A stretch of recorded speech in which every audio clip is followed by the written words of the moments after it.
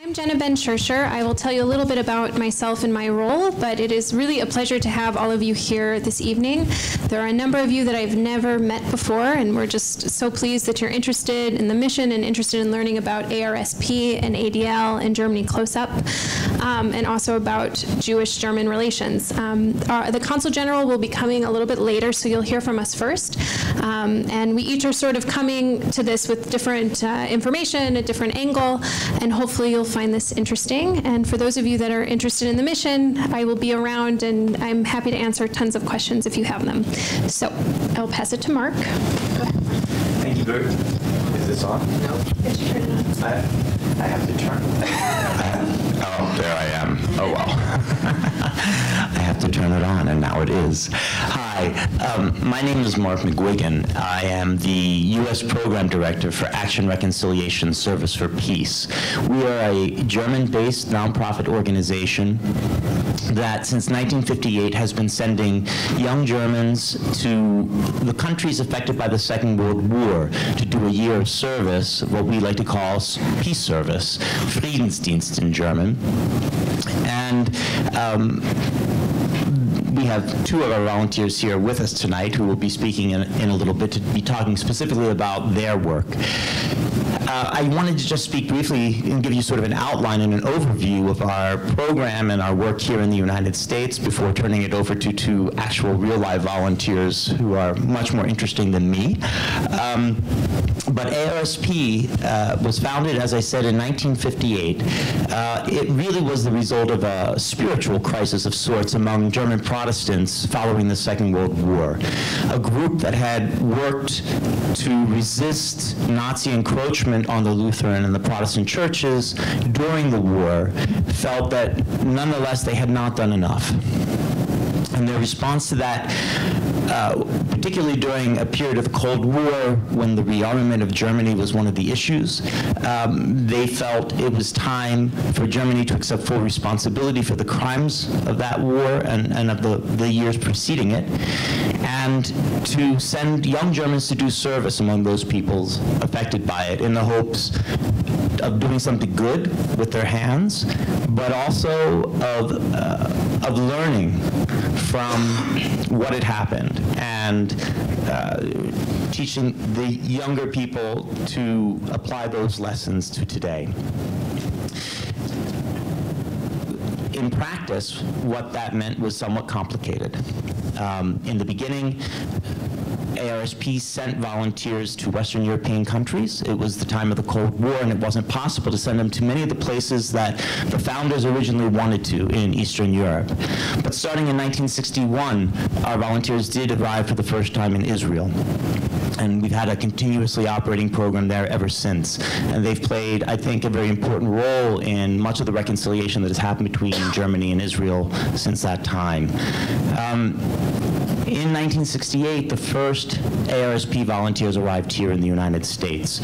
And here we came at sort of in a fairly unique situation at the invitation of a group of pacifist churches, often called the peace churches, the Mennonites, the Quakers, the UCC, and the Brethren. And these were churches that had volunteers already in Germany and have been working with our organization in Germany for some time. And they said, you know, we're committed to many of the same issues. And this, in 1968, included working for the peace movement, working to apply the lessons of war to a broader set of social justice issues.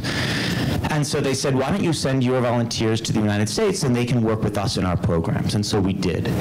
But very quickly, we established ourselves as a separate program here.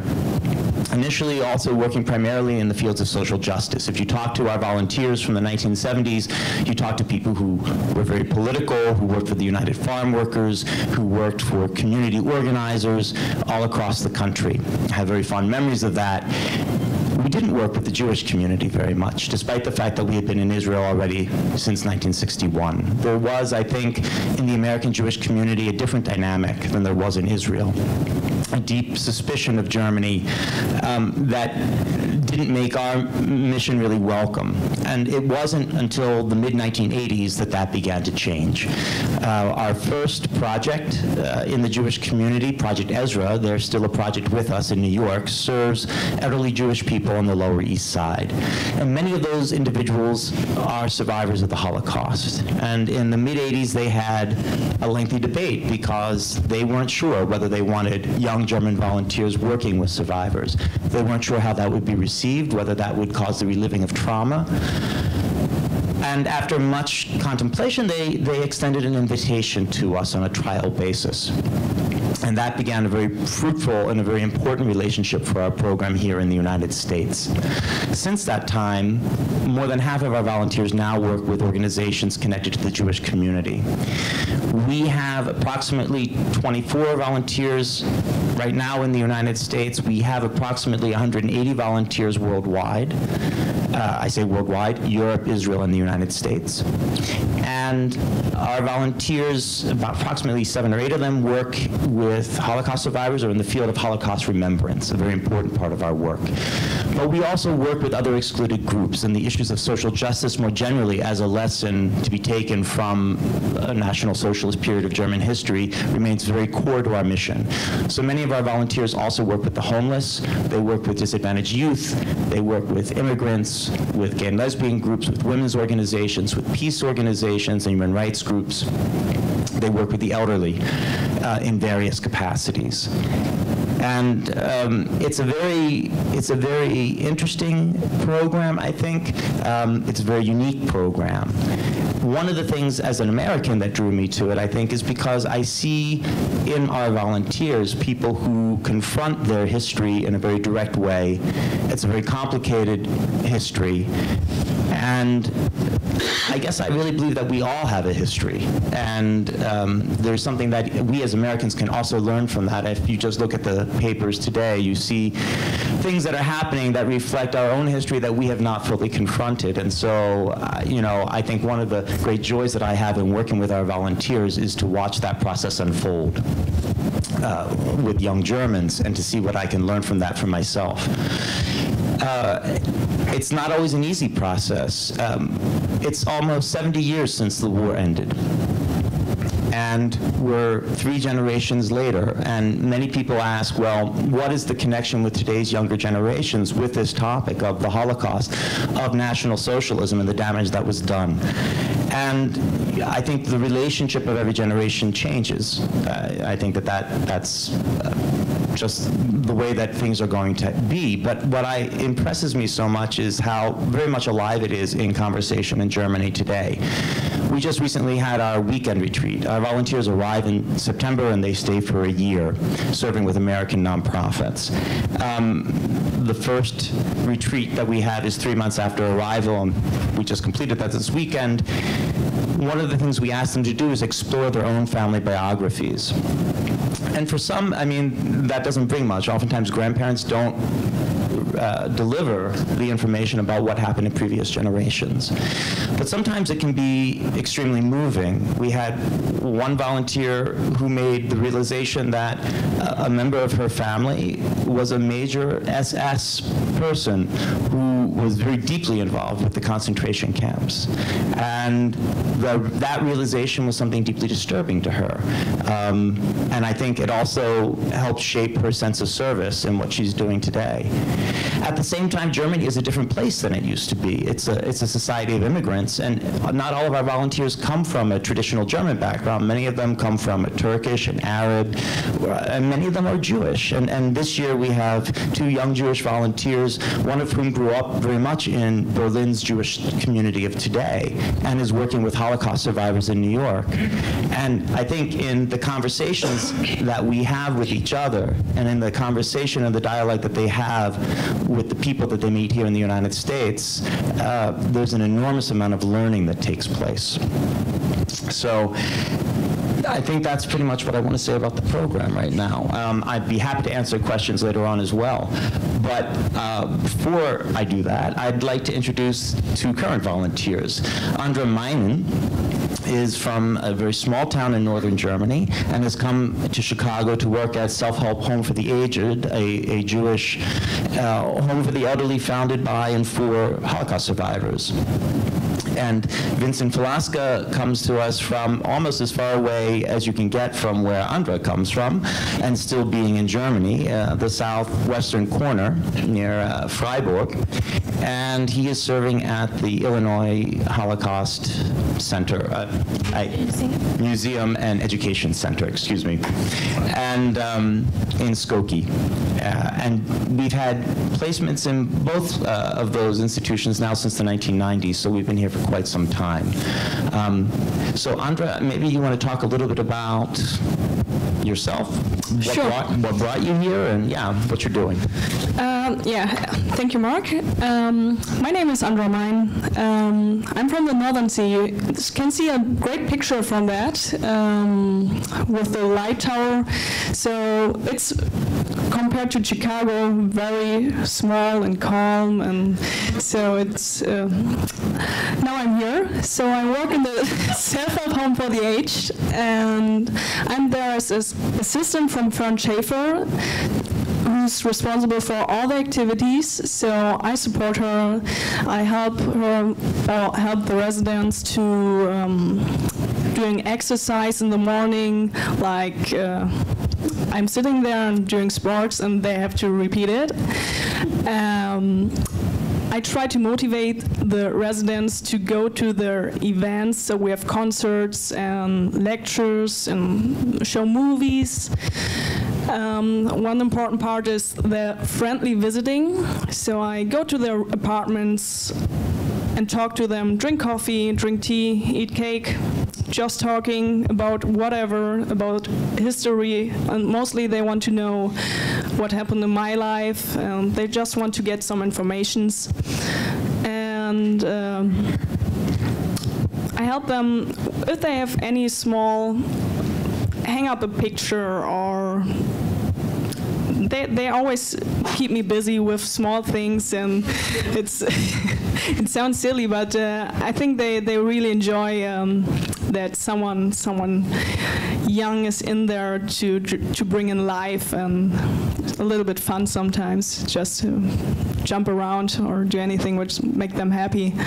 And I live in Self-Help, so they give me an apartment to stay there. Sometimes they knock on my door at night, but it's no problem, because they understand. Some of them understand that I'm off, and so it's. But if it's only a small thing, of course I get up and help them whatever they need. What inspired you to do service with ARSP? My brother was 7 years ago with ARSP in New York City in the Home for the Aged too. I had the feeling that he really grew in his work, what he was doing, and he was very satisfied with the organization. And he came back, and he was different, but in a positive way. So I thought it's a good idea to do it too. After school, I thought I'm too young, so I'm already a nurse, and I thought, let's go. Why not? Now is the time. All right, Vincent. Now, poor Vincent was just told moments ago that he was going to be up here talking, so I'm sure he's fully prepared. Yes, of course. My name is Vincent Falaska. As Mark already said, I'm from the very southwest part of Germany. I also want to start like Andra. Back there you can see a picture of the Black Forest. It's called Schwarzwald. That's very close to my house, my home. Freiburg is right next to the French border and to the Swiss border. So right next to Strasbourg and Zurich, so you can bike there basically, and it's very nice to to grow up with another culture and another language right next to your house, and I think that was really important for me in my youth. So I went to the German-French high school, and I graduated this year. I'm 19 years old, and I wanted to do a gap year between high school and college because I did not feel very well prepared for college and then directly a job or something, and I want to do something different.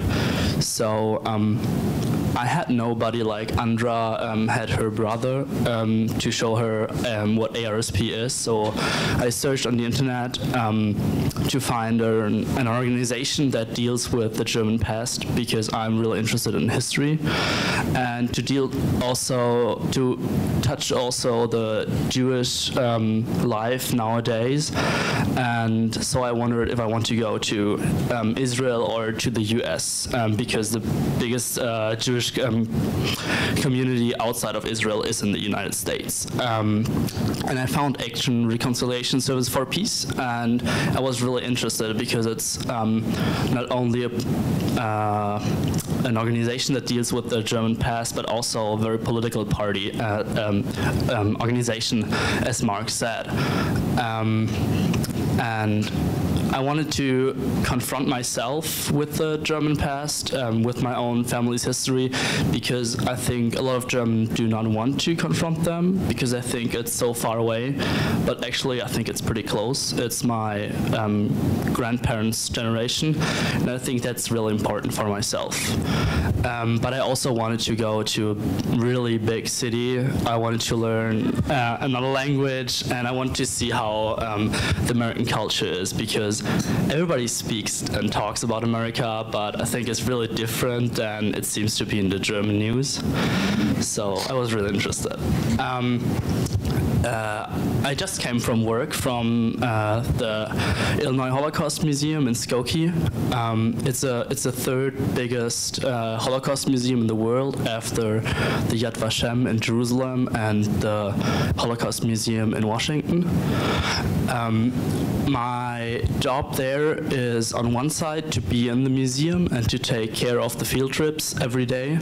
There are about 60,000 visitors every year, and 90% of the visitors come with school trips or with senior trips or other group trips. So it's a very big part for the museum, and I try to make the field trips as smooth as possible, so to check them in and everything.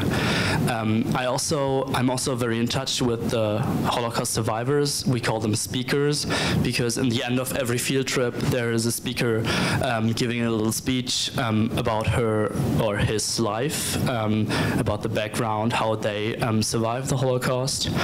And that is really the part I like most, because you get in touch with so many stories, life stories that are amazing and really interesting, but also really terrible. And the other part is of my work is in the office. I deal with teaching trunks. The museum sends out a lot of books and information material for high schools and universities, and I take care of sending them. And yeah, it's really interesting. And I also, when it's a lot of organization stuff, but I think it's a great feeling to be part of the museum and to make this possible, what happens in the museum. Thank you. How's this Chicago life working out for you? It's really nice. The first 4 weeks when I arrived, ARSP had no house for me. But that is what I wanted. Can we cut the microphone?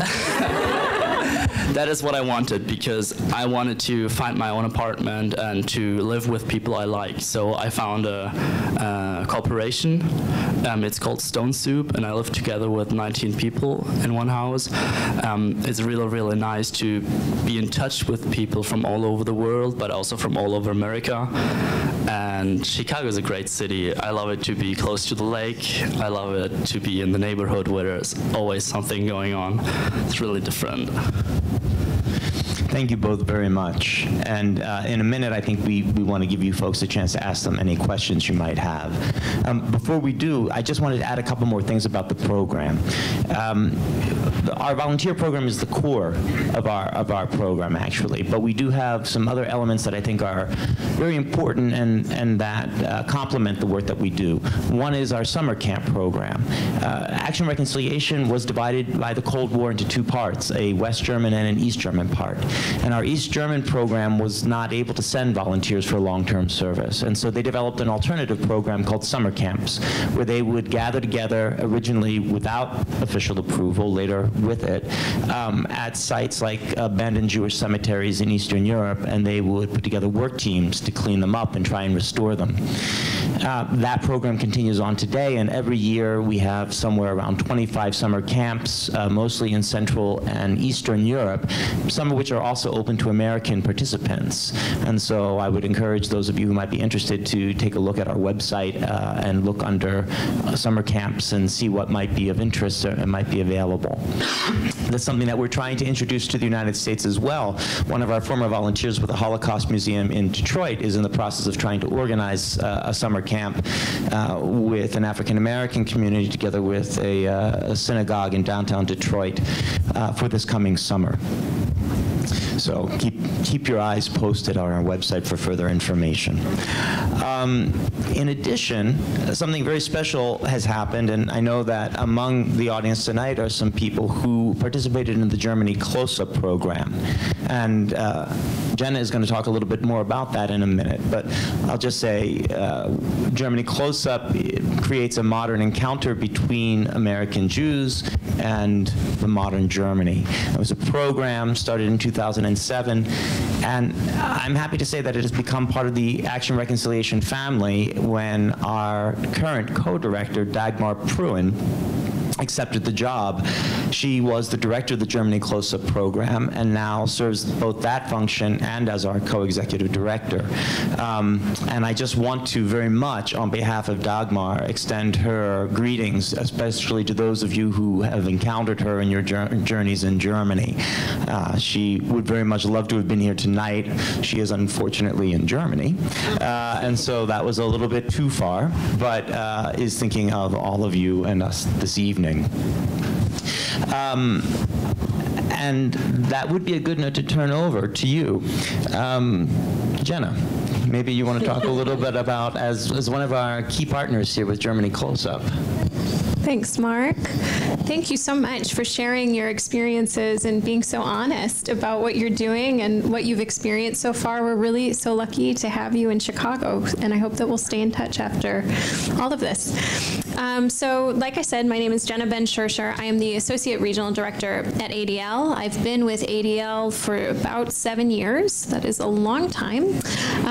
When I started, there was no partnership with Germany Close-Up. I had lived in Montreal for years, and I had the travel bug, and I had a wonderful boss that was really open to my creative ideas, and I said, I think that we need to come up with some type of travel mission for young people.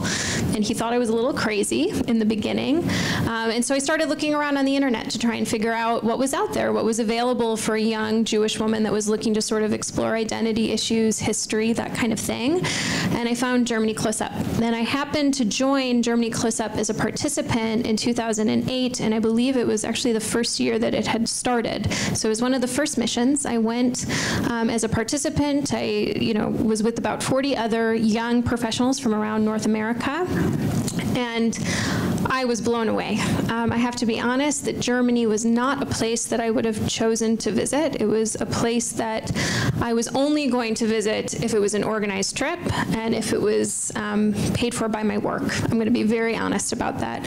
I feel quite differently now about my feelings towards Germany in general. But so I went there as a participant, really not knowing what to expect, but having a lot of preconceived notions about what it was going to be like. And I found that the Germany Close-Up program was so eye-opening and so related to the work of the Anti-Defamation League. The themes, the topics, the types of people that we were meeting were so in line with our work. And so after the mission, I turned to Dagmar Pruin, who was very receptive to ideas, and I said, I really think we should come up with an ADL mission to Germany, and I think that we've got great young leaders in Chicago that would be instrumental in really doing incredible work with Germany Close-Up, and she was open to it. So that's how it started. I went as a participant, and I've then since staffed 3 other trips, so I've been 4 times, and every time I feel like there's new information and new experiences that I encounter as I go there. Before I talk a little bit about Germany Close-Up, I wanted to just give you a very brief overview about ADL. I know a number of you are participating in Young Leadership Institutes, the Glass Leadership Institute, or have been to Germany before, but there are a number of you in the room that I have not met that may not be as familiar with the Anti-Defamation League. So we have a lot of pride here in Chicago because the ADL was actually founded here.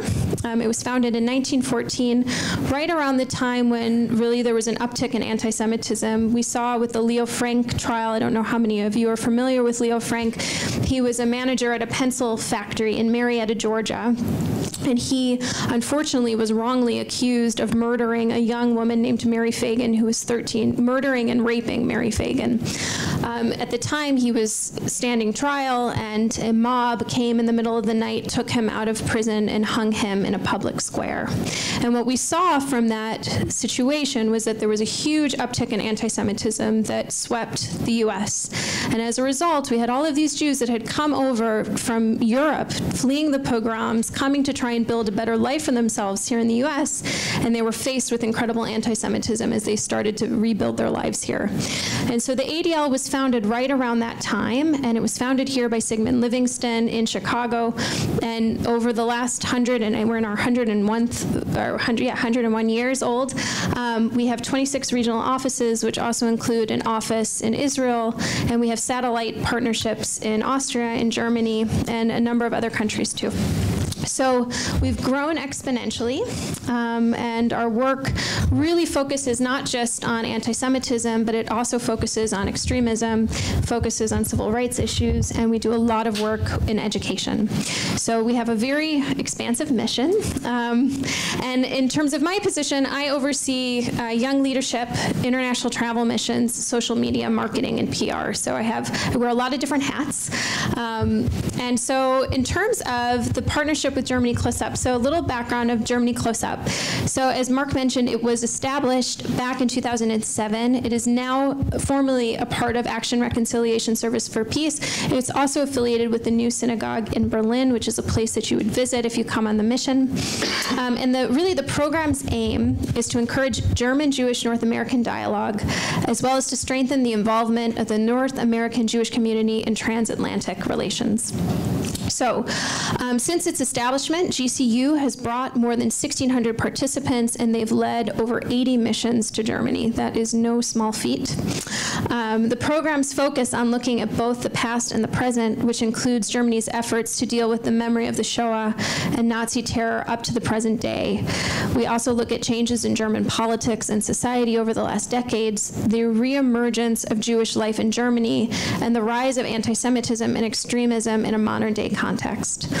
During the program, participants meet with members of the German Federal Foreign Office, members of the German Federal Parliament, as well as attend meetings with representatives of grassroots movements, Jewish organizations. We meet with academics and journalists, members of the Jewish community, and also young Jewish and non-Jewish Germans.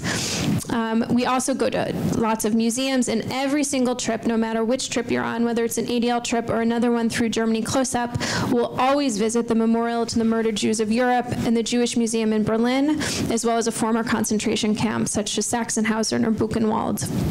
So as I mentioned, back in December of 2008 was when I came as a participant, and then in 2009, since we've led 3 missions, and we've graduated 78 alumni hailing from Chicago, from Boston, from LA, Denver, Washington, DC, and New York.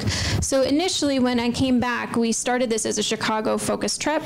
We had, I think it was about 35 young leaders from Chicago that came, and a lot of the other regions in the ADL became very jealous of this opportunity, and so so we thought it would be nice to open it up. And we also see that there's a lot of utility in actually opening it up and making it a national trip, because we then have partners and we build relationships with people from all over the country. And what's so nice about it, and a lot of the alumni can attest, is that they then have these new relationships with people from other places, and these are bonds that they create that last really a lifetime. I think that the experience of going to Germany it's incredibly transformative. It's hard to not be deeply moved and impacted by the trip, and the people that you're traveling with make a very big difference. And so a lot of them become lifelong friends, and that's a wonderful byproduct of it.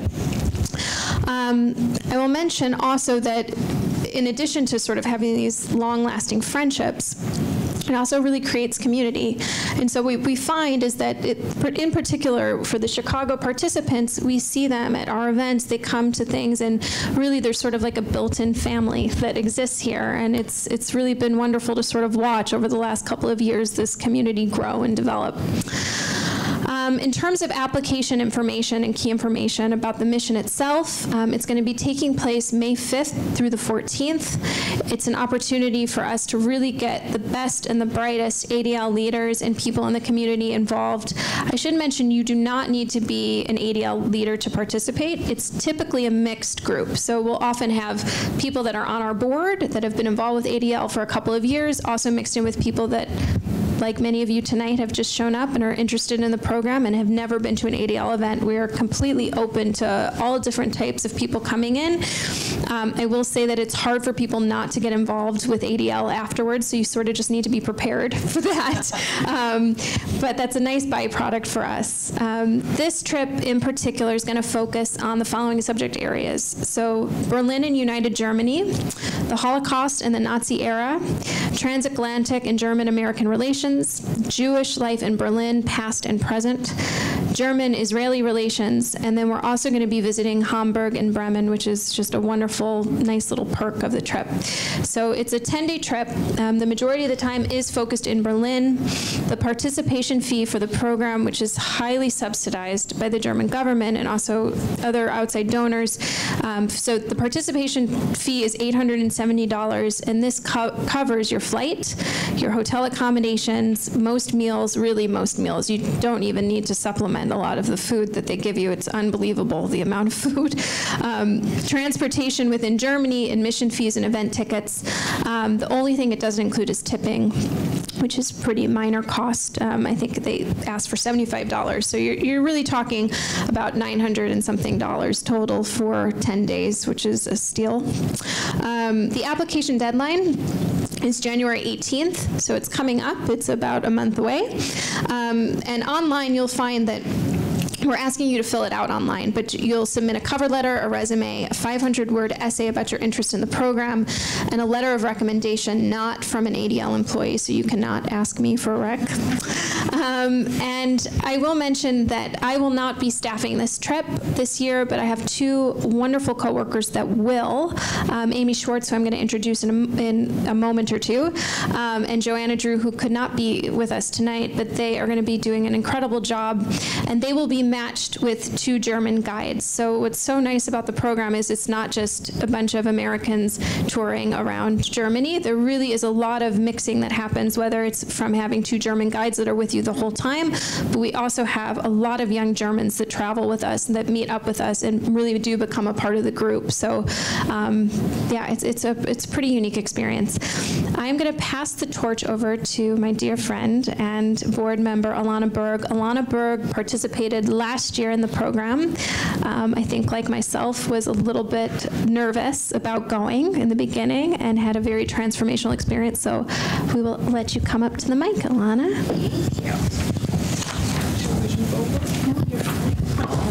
Right where you are. We still have some questions for you. All right. First of all, thank you guys for allowing me to join the meeting tonight. Any opportunity that I get to talk about my experience in the Germany Close-Up program is very welcomed, and I love talking about my trip and my experience there. So just to give you a little bit of background about myself, I'm a 35-year-old regional sales director for an IT company here in Chicago. I come from a traditional Jewish family out of Texas. Texas, El Paso, Texas, actually. My family history is, my ancestry is from Germany and Lithuania. My grandmother's family was actually from Western Berlin, and right before World War II, my grandparents migrated to Israel.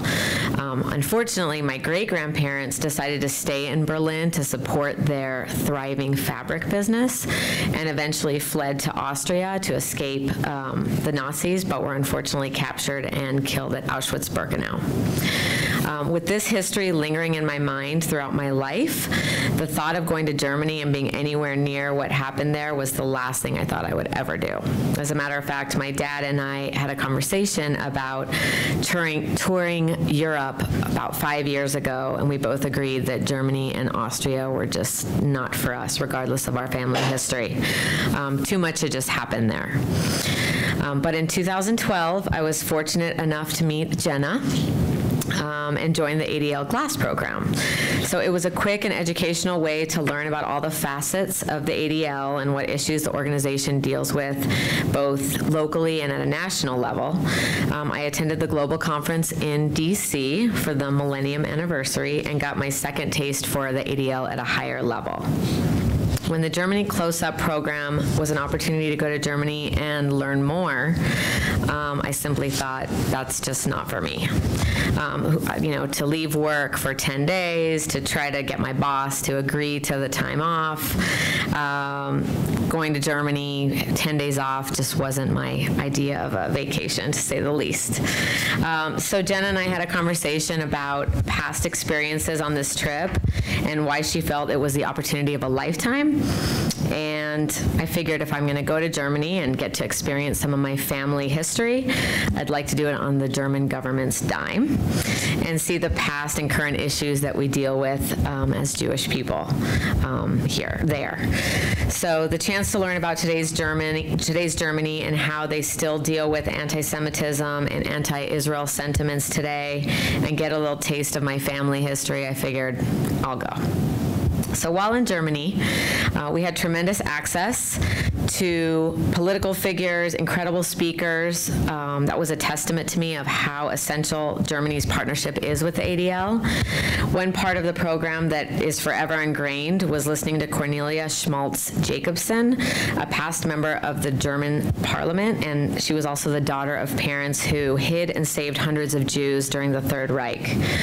She was one of many incredible individuals who comes from a family that supported the Jewish people back then and continue to speak up and make a difference in the way we are treated today.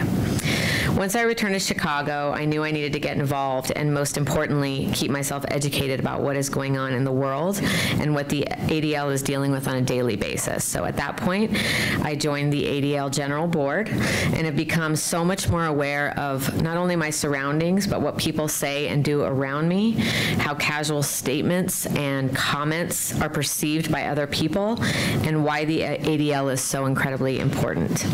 It goes without saying that we are dealing with a very scary world today, and being involved with the ADL helps me anchor myself in my core group of individuals to be the one person who is aware and alert.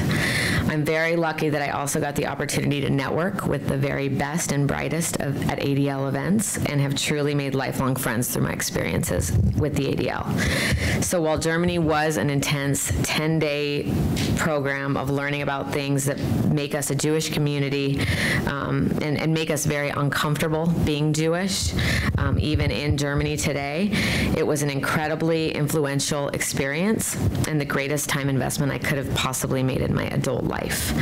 So I'd be remiss if I didn't say that exploring modern Berlin, seeing the castles in Potsdam, and buying cologne in Cologne, as well as hanging out in some incredible restaurants and nightclubs, wasn't a blast.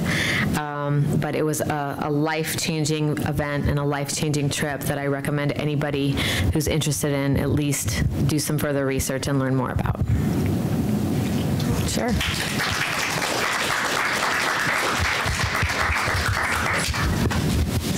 I think we'll just open it up for questions this time. Anything about, yeah, Jen. So I actually have a question for Vincent.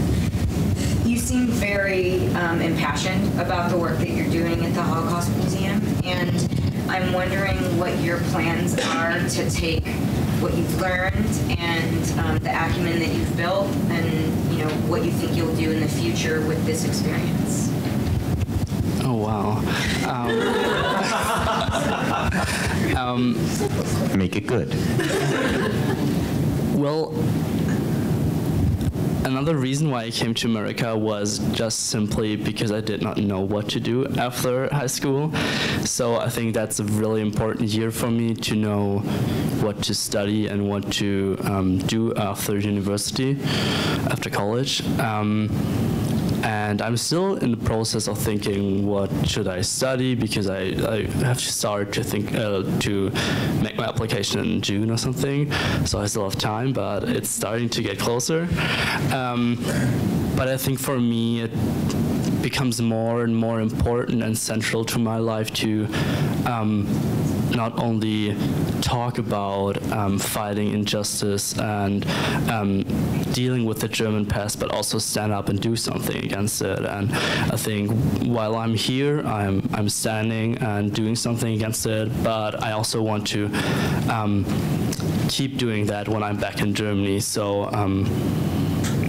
yeah, I think that's just a part of my life, and no matter what I will study, if it's political science or history, I think there will be always a thing I'll do in my free time or in my job. I don't know. May I answer the young lady? I am a speaker and a survivor, so I meet the ARSP volunteers frequently. To answer your question, I am in touch among many others, but one young man who was an ARSP person 8 years ago, I have a very close touch with him almost on a daily basis. Okay? And in almost every correspondence, he will insert a remark, what I have learned working with the survivors, what I have learned dealing with the museum people. Different aspects of it. So I think that should show you a result of what they are accomplishing both ways. Our experience is that the volunteers who come here, of course, are all very different from each other. And so naturally, they come with different goals, different aspirations. Some of them are not as high-minded as others. And even though the ones that maybe aren't as high-minded find themselves unexpectedly touched by their experience here. And you often see, because most of our volunteers are between 18 and, let's say, 22, although we have no actual age limit, we do get older volunteers, and we have a 32-year-old this year in the group.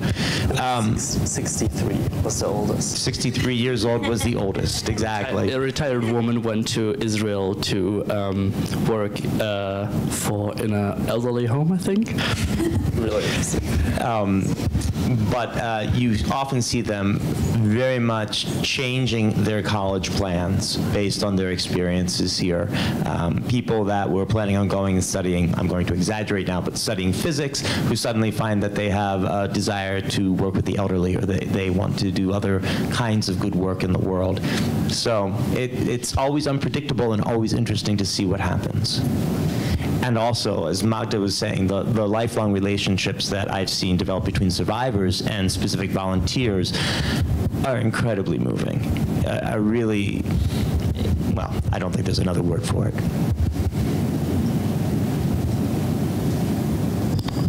Any other questions? No?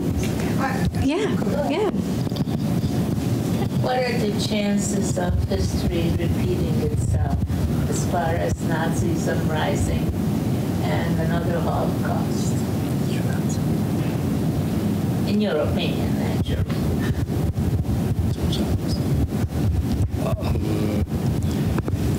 Well, I think personally, I can give a very detailed reflection about the Israel-Palestine conflict of the last 50, 60 years, just because I'm too young for it. But what I saw this year and the last year in Germany and in whole Europe, but I think also in America, in the news and also on the street, is a growing anti-Semitism. And I think it's also from an intellectual part that wants to forget about the Holocaust, that exists big writers, like for example the Nobel Prize person Günter Grass, a German who is willing to not deal anymore with the German past, and I think this is really dangerous.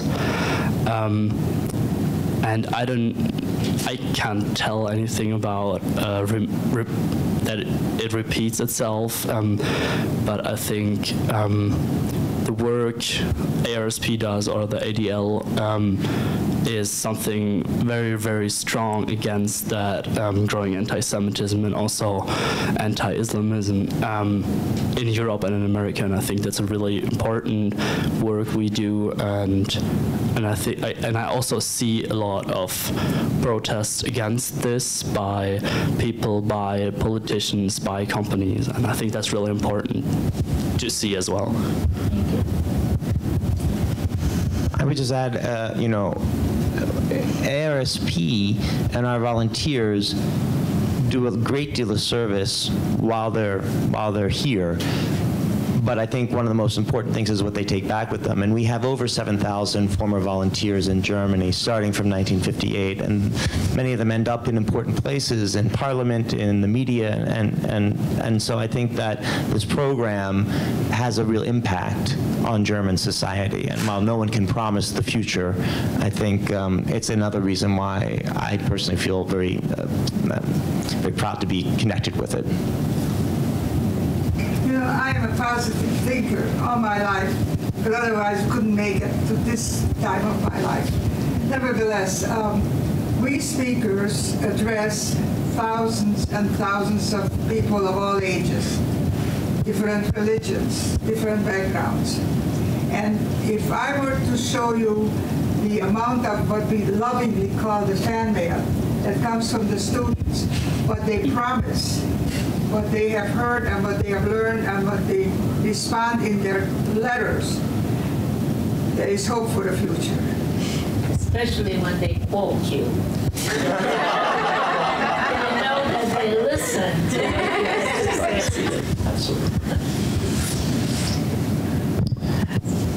Amy, do you want to make the introduction? Sure, I'd be happy to. Perfect. Hi, I'm Amy Schwartz. I have the great privilege of being Jenna's colleague, and I wanted to also just express my genuine and deep enthusiasm for the mission and being a co-leader. I'm really excited about this. I'm Assistant Director of Regional Operations for ADL, and just a little bit about myself, just what I can bring as a co-leader is this is my second career being with ADL. My first career was in academia, teaching and research, mainly in European history. So I really come by it honestly. My undergraduate degree was in European history. I started a PhD program in European history, so I ended that with a master's and decided to go a different route, but enough said about that. I wanted to thank Alana for her beautiful story, and this is the second time I had the honor of hearing it. And I'll keep this brief. It's my great pleasure to introduce the Consul General of Germany, Herbert Quelle, who is just started his post in July, and he comes from a long career, a lot of experience in different posts throughout the world, ranging from Pretoria to Havana to Los Angeles, Warsaw, and Baku, which I learned is in Azerbaijan. I'm going to butcher it. Azerbaijan. Thank you. Anyway, thank you so much for your support, and we're really excited to work with you. And the ADL office has had strong ties with the German consulate, and we look forward to continuing partnership with the consulate. So thank you so much. Please welcome General Consul Quelle.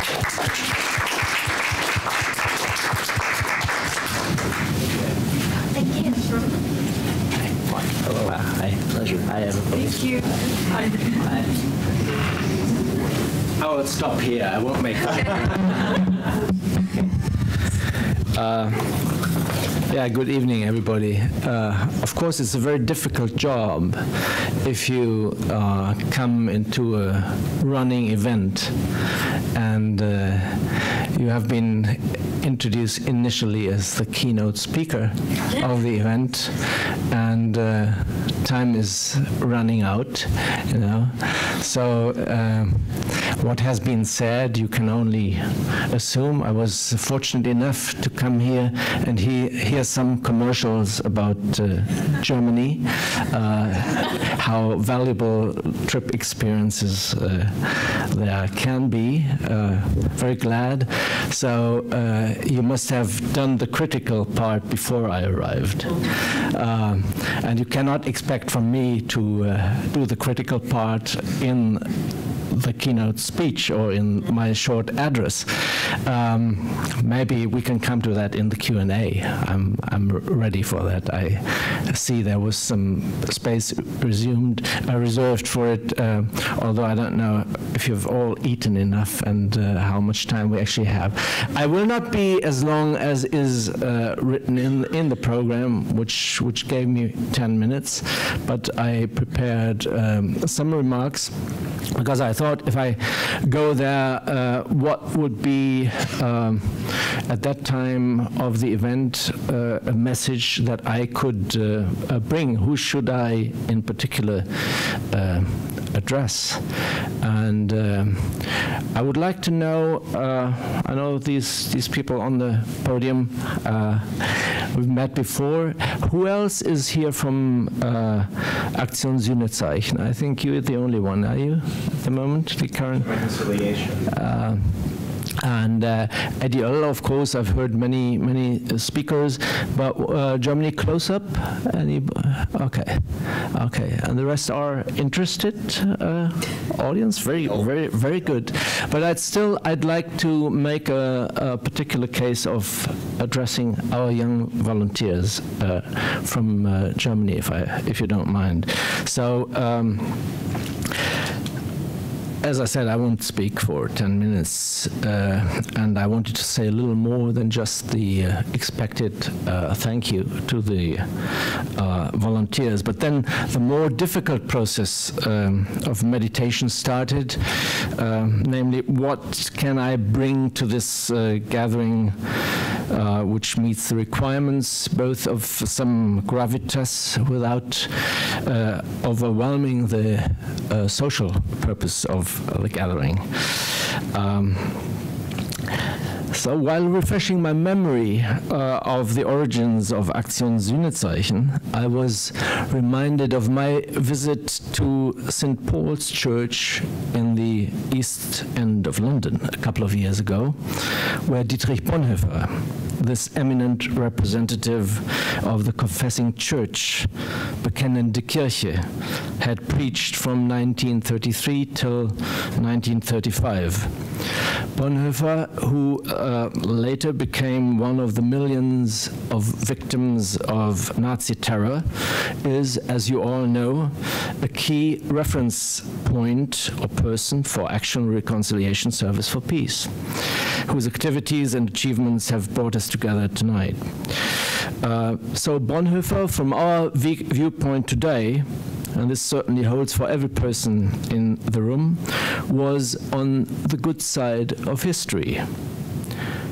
He could not prevent the bad side of history temporarily gaining the upper hand, but he made an effort, losing his life in the process.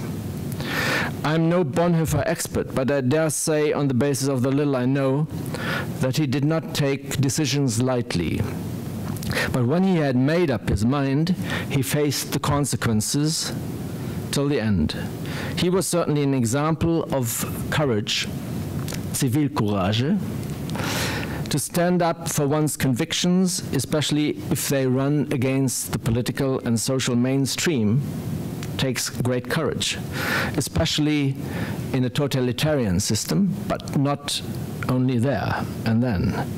We all have to make choices in the incomparably much freer living conditions of our Western democratic environment. And although we are not threatened with death for expressing our convictions, we can sometimes be rightly concerned about setbacks in our jobs, or we may risk stigmatization if we raise our voices too loud in our immediate environment. It may be just as difficult for a white US citizen to stand in for the rights of an African American in some remote redneck area in the US as for a German to speak out against anti-Semitism in a bar or at your local Stammtisch. The young volunteers of ARSP have taken a decision which goes beyond verbal expressions of opinions. Since 1958, and you just gave the accumulated figure, they have been investing their precious time in concrete endeavors and social projects in countries directly or indirectly affected by the Holocaust. Since 1968, ARSP is active in the United States. The volunteers among us are part of this ongoing effort. You have contributed very effectively to a slowly improving image of Germany, and I would like to thank you very much. We are very proud of you.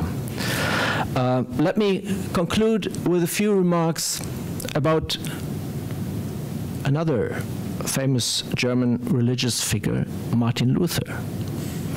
So not the American, who chose the name after visiting Wittenberg, but the unwilling founder of the Protestant Church. We are currently in the run-up of 500 years, that is half a millennium, of his nailing the theses to the gate of Wittenberg Church in 1570. He asked for reform of his Catholic Church. He was appalled by the level of corruption and abuse of power, but it was the short-sighted reaction of the church authorities to his call for reform that eventually led to the division of the Christian Church. Does Bonhoeffer stand in the tradition of Martin Luther? As far as his intolerance of obvious wrong goes, yes. As far as anti-Semitic sentiment is concerned, luckily not. Given the general mindset shortly after the end of the Middle Ages, we are talking about 1517, 1492, the discovery of the New World and the end of the Middle Ages, beginning of the modern era. So given the general mindset at that time, it would not do credit to Luther's overreaching importance if we only considered him on his anti-Semitic sentences. Here I stand, I can not other. It is the conviction that binds Bonhoeffer to Luther, and both showed great courage. By the way, courage was, of course, also demonstrated by Lothar Kreisig when he pushed through the founding act of ARSP during the Synodal meeting in Berlin in 1958. It is no secret that it met with a lot of opposition at the time. Like many other decisions after World War II, this is another example of a minority idea proving right in the end. Dear volunteers, be inspired by the courage of great historic personalities, of whom I've only mentioned two. Man is fallible, so think twice before you decide what to do. But when you have thoroughly examined your conscience and come to a conclusion, do not hesitate simply because it is against the mainstream. Thanks again for your work, and all the best to all of you for your future career, personal life, And I wish the best of success to the continued activities of ADL and Germany Close Up, of course, as well. And on a more happy note to the end, I mean, it is great to be able to stand here in Chicago at this time and quote recent opinion polls about Germany being the most liked, most popular country in the world. Thank you all for coming. Thank you. And I'm ready to take questions. Could I have some water, please?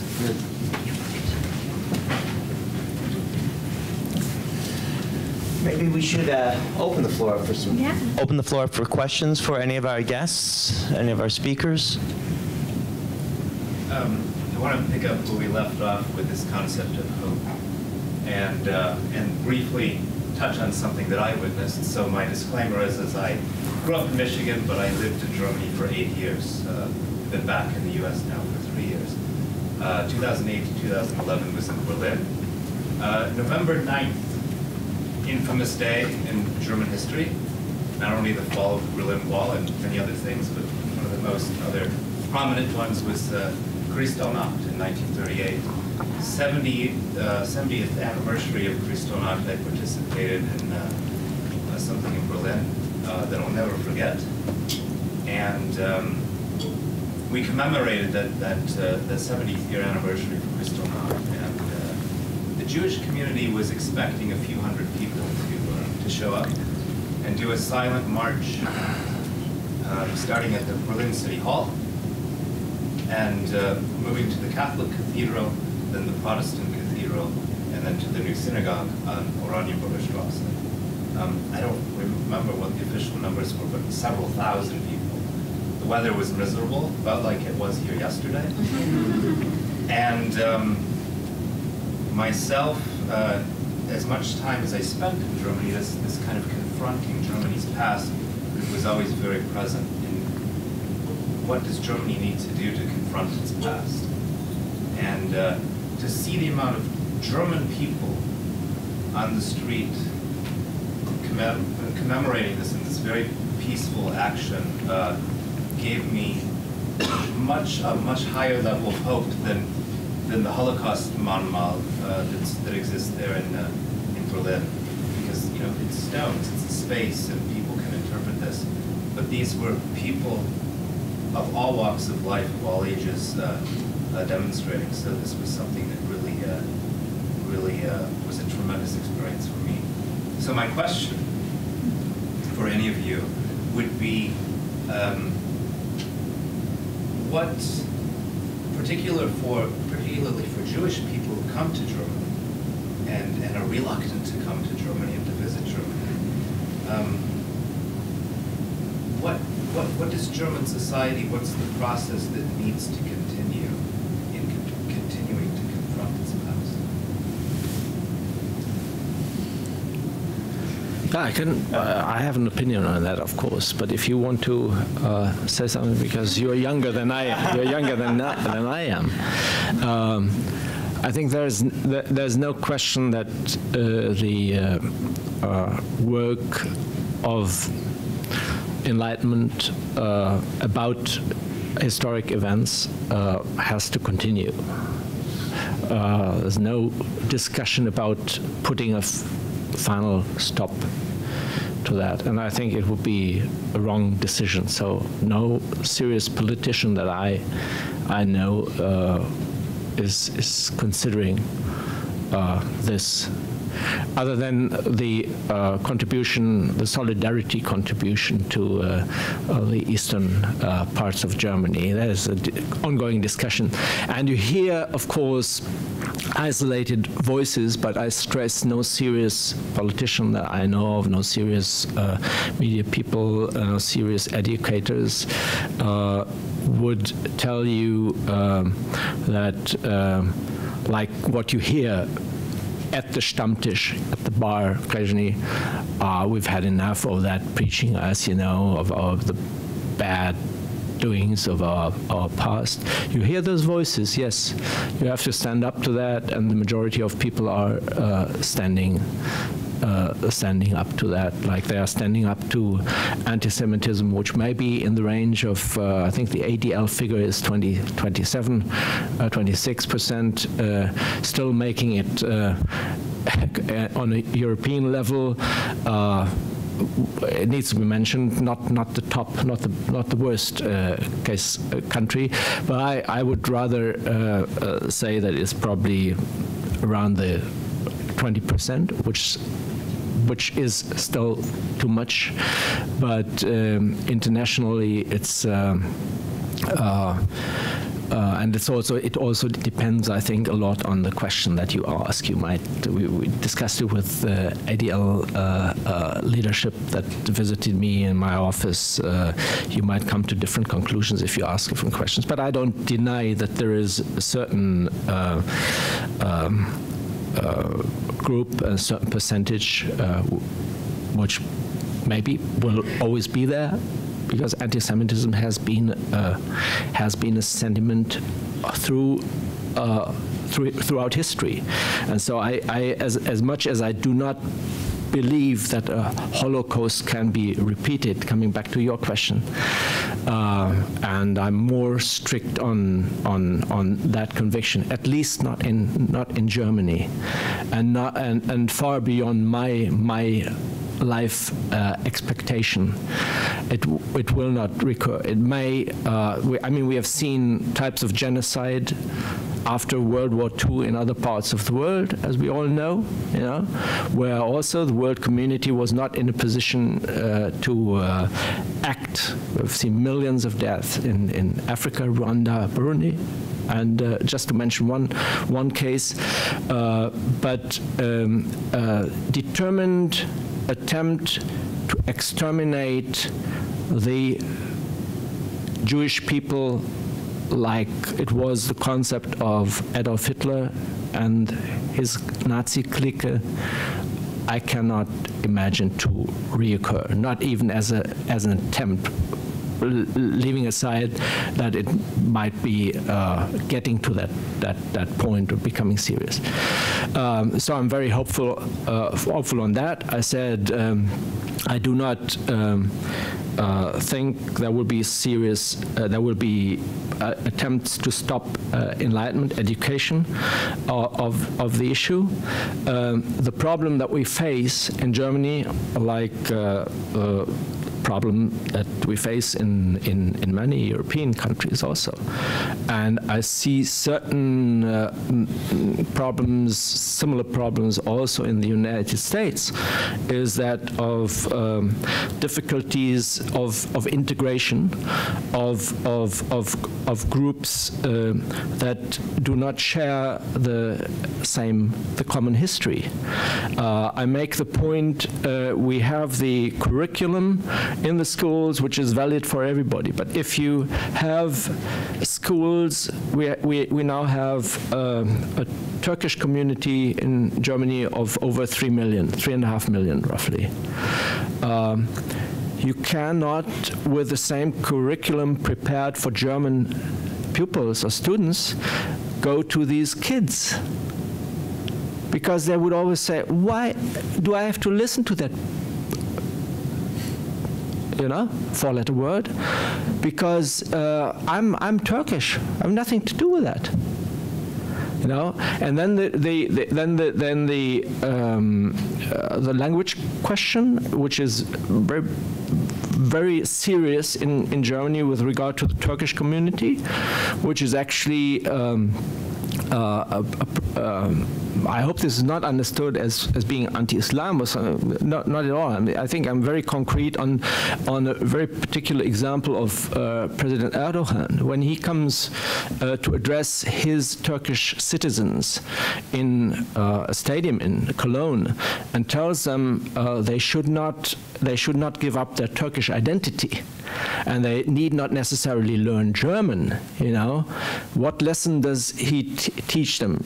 I mean, what would the United States do if some foreign president came to this country and addressed their minority groups, do not learn English. You know, it's it's enough if you preserve your Turkish identity and speak Turkish. You know, so that is the framework with which we have to operate and find new ways, which I consider as a major challenge in keeping this topic alive in the schools in Germany.